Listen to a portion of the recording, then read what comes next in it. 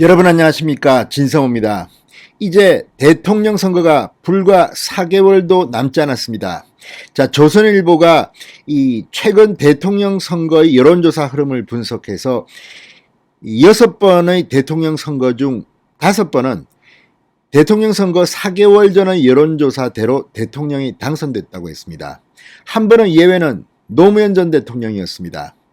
이회창 후보가 당시 이기고 있었지만 정몽준 후보와의 단일화로 당선자가 바뀐 경우입니다. 자, 이런 경우를 제외하고는 넉 달 전 여론조사가 그대로 대통령 선거의 결과로 끝났다는 겁니다. 당시 정몽준과 노무현 후보는 거의 여론조사 수준이 지지율이 비슷했습니다. 그래서 이렇게 이변이 일어난 것이지만 이번에는 그럴 가능성은 없어 보입니다. 물론 예단은 금물입니다. 4개월 동안 또 무슨 일이 벌어지고 어떤 스토리가 나올지는 아무도 모릅니다. 그러나 과학적인 여론조사의 추이를 볼 때 지금 이대로라면 윤석열 후보가 당선될 가능성이 무척 높습니다. 자, 그리고 2007년 이명박 후보가 당선됐던 그때와 지금 선거의 분위기가 흡사하다는 이야기가 지금 행간에 회자되고 있습니다. 자, 데일리안의 분석을 보면 왜 그때와 지금이 비슷한지를 알 수 있습니다. 일단 최근 컨벤션 효과를 타고 윤석열 국민의힘 후보와 이재명 민주당 후보와의 여론조사 지지율 차이가 상당히 큽니다. 물론 직접 면접 여론조사에서는 불과 4%, 6% 차이도 있지만 많게는 15%포인트, 17%포인트까지 윤석열 후보가 이기는 조사들이 연이어 발표되고 있습니다. 자, 2007년도 MB와 정동영 후보 간에는 상당히 여론조사 지지율이 차이가 많았습니다. 지금보다 훨씬 더 컸습니다. 또 그때 여러분 기억할지 모르지만 이회창 후보가 출마를 중간에 선언합니다. 그리고 15% 정말 굉장히 많은 득표율을 가지고 떨어지긴 했지만 상당한 득표를 했습니다. 또 그리고 당시 진보진영에는 문국현 후보라는 사람이 있었습니다. 문국현 후보 꽤 많은 포션을 가져갔습니다. 그리고 당시 친노진영에서는 정동영이 아니라 문국현 후보를 지지하는 사람도 있었습니다. 지금 이재명 후보를 놓고 친문 강성이 이낙연 후보의 낙선 때문에 마음이 상실해서 투표하지 않겠다, 차라리 윤석열을 찍겠다, 이런 발언이 나온 것과 분위기가 좀 비슷합니다.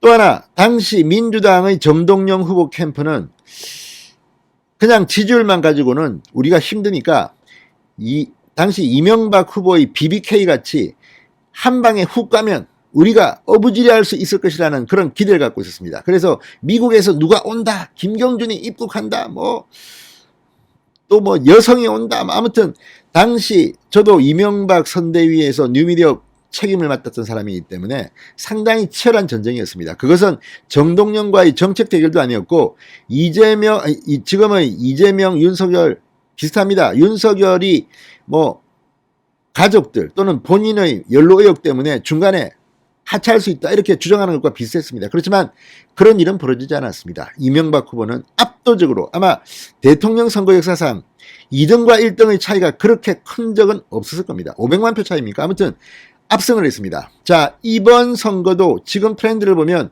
2007년 MB와 판박이다라는 분석이 나오는 것이 그런 이유입니다. 진성호의 직설 시작합니다. 방송에 앞서 아직 진성호 방송의 구독자가 아니신 분은 붉은색 구독 버튼 눌러주십시오. 더 좋은 방송으로 보답하겠습니다. 자, 데일리안의 분석입니다.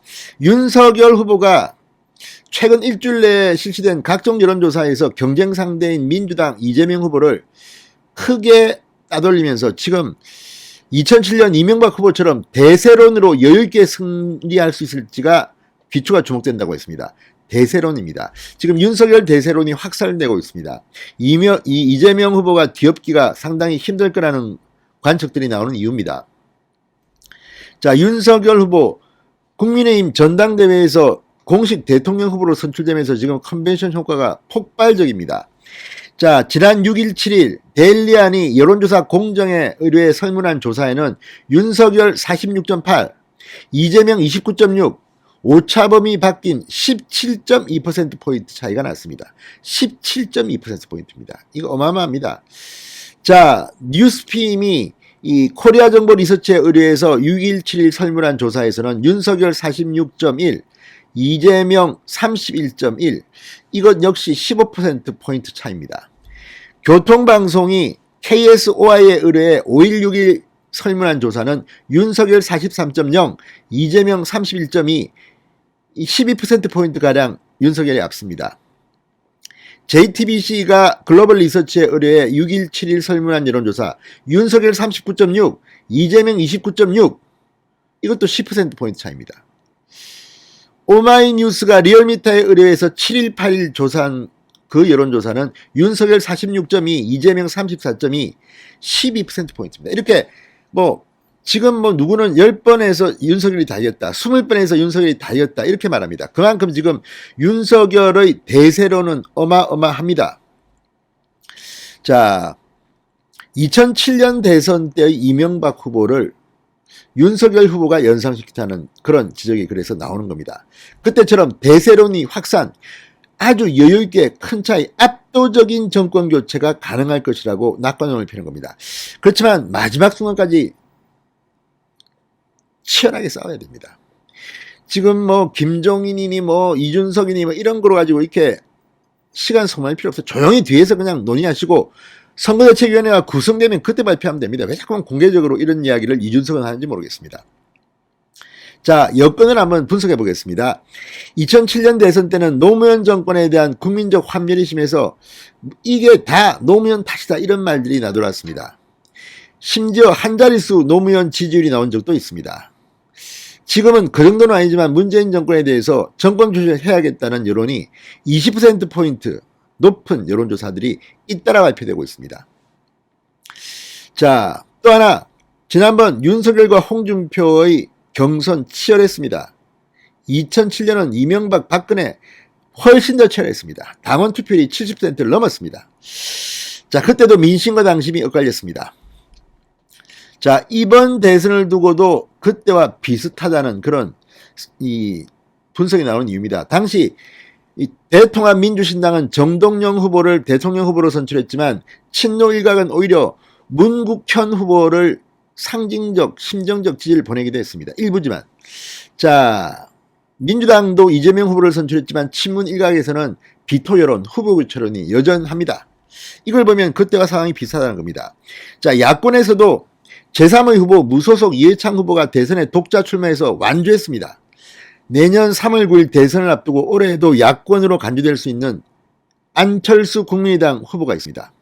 자, 그때처럼 안철수 후보가 완주를 하더라도 설령 단일화를 하지 않더라도 윤석열 후보가 대세론으로 넉넉하게 이길 거라고 보는 이유가 여기 있습니다. 물론 단일화하는 게 좋습니다. 그런데 이준석 대표, 김종인 전 위원장, 안철수 후보에 대해서는 굉장히 회의적입니다. 개인적인 감정도 섞여 있고, 그래서 그때와 어쩌면 이렇게 판박이냐, 이런 말이 나오는 겁니다. 자, 이해창 후보가 15.1%의 엄청난 득표를 했음에도 이명박 후보는 48.7%의 높은 득표율로 26.1%에 거친 정동영 후보를 완전히 따돌려 버렸습니다. 자, 어쨌든 그때 BBK 한방 훅 간다, 지금 비슷합니다. 자, 2007년이 2022년에도 그대로 재현될 수 있을까요? 그럴 가능성이 높다고 저는 생각합니다. 진성호의 직설이었습니다. 여러분 감사합니다.